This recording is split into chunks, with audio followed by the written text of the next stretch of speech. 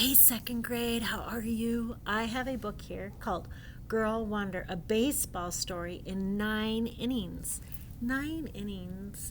Oh, baseball has innings. They use that for the title as well. And chapters. 9 chapters, 9 innings. Anybody here like baseball? I grew up with baseball, so I like it a lot.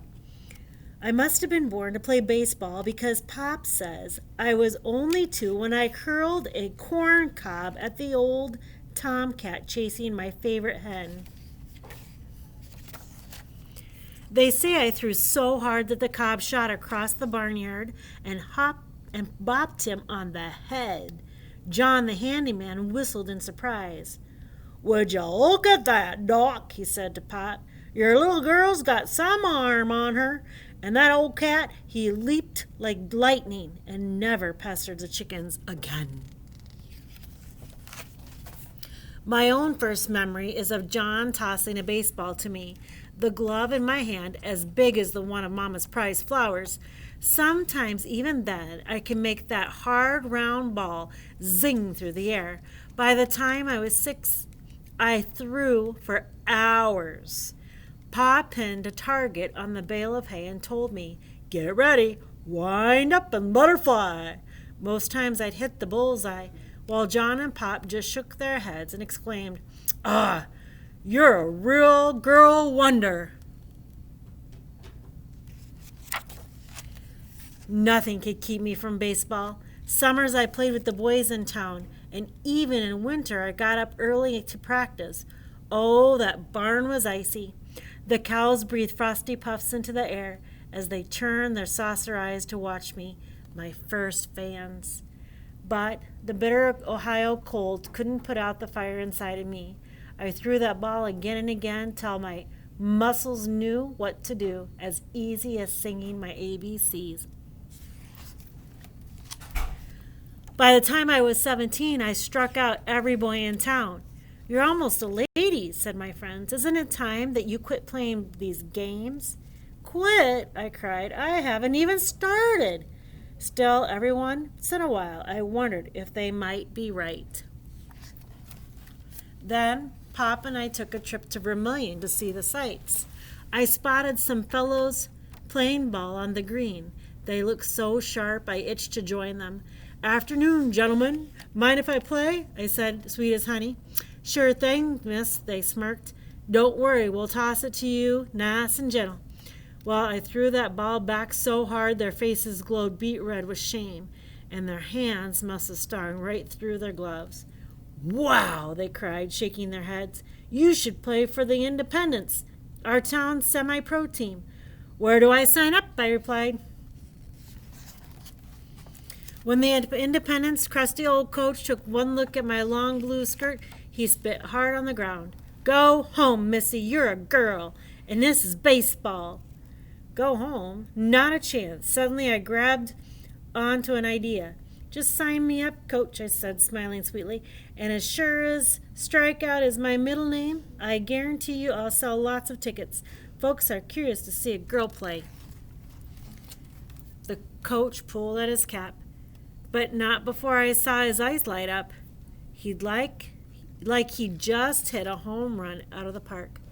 I could read his line of thinking clear as a catcher's signs. Girls can't throw. Girls can't play baseball.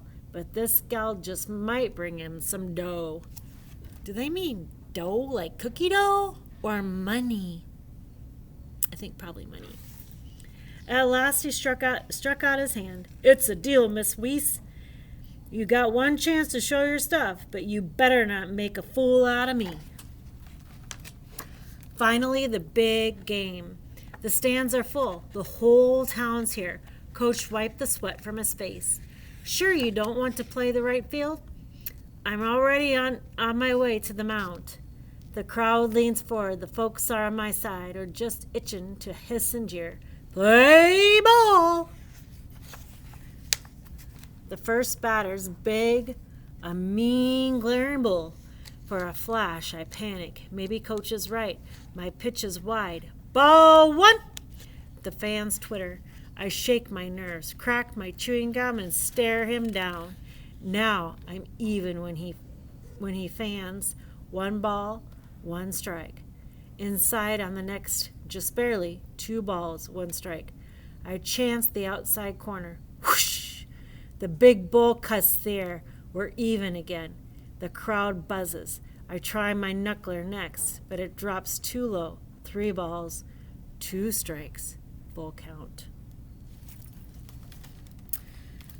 The better surprise I've gotten this far. He digs in, mad. The crowd falls silent. All eyes are on me. No different from my fans in the barn, I tell myself. I reach inside and pull out my best stuff. I always did have a pretty fair fastball. Crack, he hits it.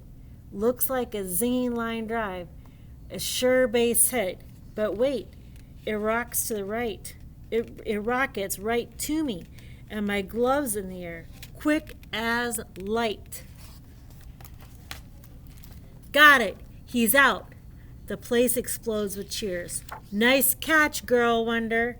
And from the dugout I hear Coach yell, didn't I always say she could do it?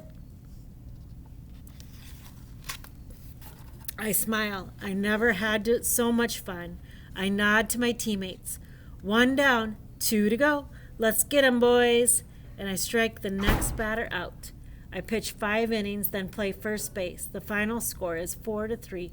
Us. The Independents win. Yay! We keep winning, too, all summer long. They even run special trains from Cleveland so fans can see the new star pitcher, me, Girl Wonder, the girl who can throw, the girl who can play baseball.